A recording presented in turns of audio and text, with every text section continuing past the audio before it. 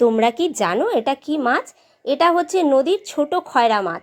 আজকে আমি বাজারে গেছিলাম আর এই মাছটা আমার চোখে পড়তে না পড়তেই আমি তাড়াতাড়ি করে এই মাছটা আগে কিনে নিয়েছি। কেননা এই মাছটা সারা বছর ধরে বাজারে খুঁজে পাওয়া যায় না, যখনই আমি দেখতে পাই তখনই এই মাছটা আমি কিনে নিয়ে আসি। আর এই মাছটা খেতে যা সুস্বাদু না, যা দারুণ! এই মাছটা আমি যখনই কিনে নিয়ে আসি তখনই বেগুন আর আলু দিয়ে এই মাছটা আমি রান্না করি। কেননা এই মাছটা বরাবরই আমার মা ছোটোবেলা থেকে আমাদেরকে এইভাবেই রান্না করে খাইয়েছে। তো কিভাবে রান্না করেছি তো তোমরা পুরো ভিডিওটা না টেনে দেখে যাও। তো প্রথমে মাছগুলোকে ভালো করে ধুয়ে নুন হলুদ দিয়ে মাখিয়ে ভেজে নিয়েছি। এবারে গরম তেলের মধ্যে কালো জিরে ফোড়ন দিয়ে কেটে রাখা আলু বেগুনগুলো তুলে দিলাম। এবারে এর মধ্যে অল্প পরিমাণ নুন আর হলুদ দিয়ে একটু ভালো করে নেড়ে চেড়ে ভালো করে একটু ভেজে নিতে হবে।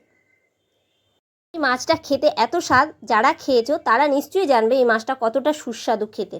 কেননা এই মাছ সবসময় পাওয়া যায় না, এটা হচ্ছে নদীর মাছ, আর নদীর মাছ সবসময় খুবই টেস্টি খেতে হয়।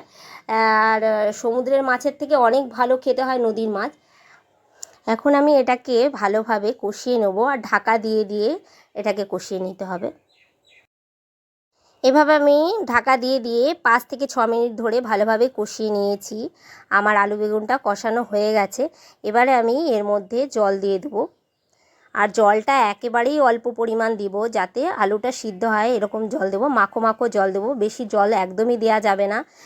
যেহেতু এর মধ্যে বেগুন আছে, বেগুনে বেশি জল দিলে একদমই খেতে ভালো লাগে না। জাস্ট আলুটা সিদ্ধ হবে এরকম পরিমাণ জল দেবো। এবারে আমি ঢাকা দিয়ে আবারও 3 থেকে 4 মিনিট ফুটতে দেবো। এবার ফুটে যাওয়ার পরে ভাজা মাছগুলো একে একে দিয়ে দিচ্ছি।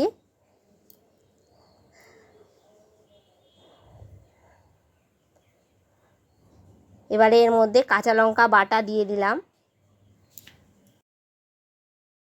কাঁচা লঙ্কা বাটাটা দিয়ে আমি 2 থেকে 3 মিনিট ভালোভাবে ফুটিয়ে নিয়েছি।